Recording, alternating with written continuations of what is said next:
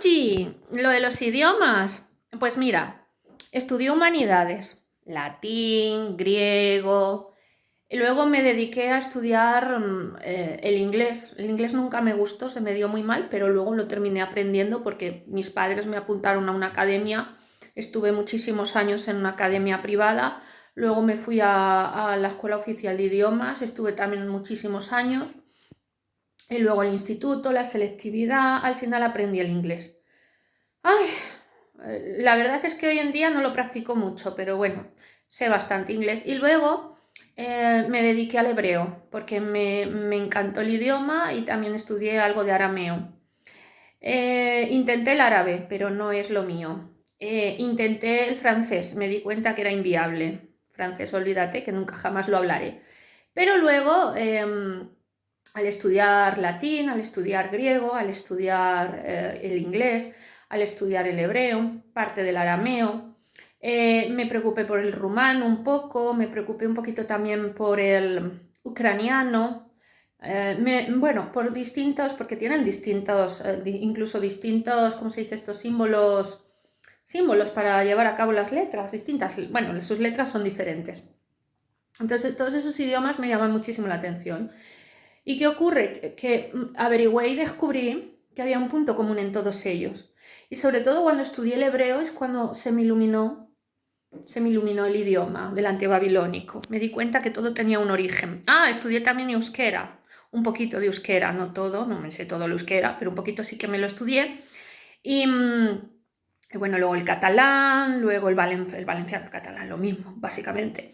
Entonces, todas las derivaciones, las lenguas, las derivadas de las lenguas, etcétera, me di cuenta que tenían un nexo de unión, todas ellas.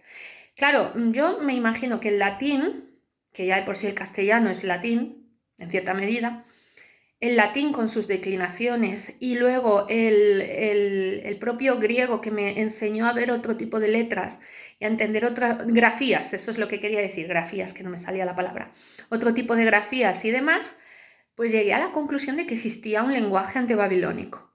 Se me abrió la iluminación divina a través del hebreo y a partir de ahí me di cuenta que había una conexión intrínseca. Y hay algunas palabras, por ejemplo, hoy BAM, me ha costado bastante llegar a la conclusión de lo que simbolizaba BAM, hasta que he llegado a la conclusión. Y tú fíjate que no sé si ha salido aquí o en el otro canal lo del P42, ¿no?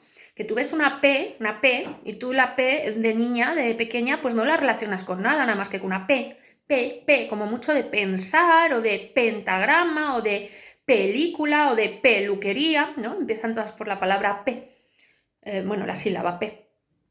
Y, y luego, poco a poco, yo me di cuenta que todo eso tenía un simbolismo, un significado. Claro, me ha costado mucho llegar a esa conclusión, bueno, tampoco demasiado.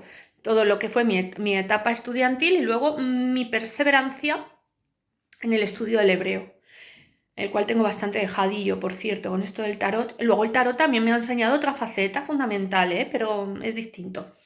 Entonces, todo ello lo he ido uniendo, bueno, lo fui uniendo en su momento, antes del terraplanismo, y llegué a la conclusión de que la Biblia nos indicaba una serie un lenguaje oculto que podíamos entender con cierta facilidad. Y de ahí, por ejemplo, que la palabra sombra haga referencia y que la grafía castellana es muy simbólica, porque, por ejemplo, la grafía griega es diferente, es distinta, ya sabes cómo funciona, pero la grafía griega tiene también su peculiaridad. Por ejemplo, el número pi, ¿no? La letra pi, que es como la P, pero casualmente la letra pi es como si fuera un templo, son dos columnas y encima parece como si fuera un templo. Por ejemplo, la grafía china, que yo no la he estudiado, pero que tenía una amiga que estudiaba chino y algunas veces me enseñaba sus libros y me daba cuenta que ellos gráficamente, es decir, a través de la grafía, llegan a conclusiones extensísimas. Cosa que nosotros somos más simples, pero nuestra simplicidad hace que podamos conectar con el origen. Y me di cuenta, como no sabía cómo denominar el origen de todas las lenguas, pues fui a la Biblia y dije, anda, antes se hablaba solo una lengua, que era el antibabilónico, porque era antes de la Torre de Babel. Y llegué a la conclusión de que yo había descubierto el lenguaje antibabilónico. Y soy sí, no sé, pero es maravilloso, maravilloso.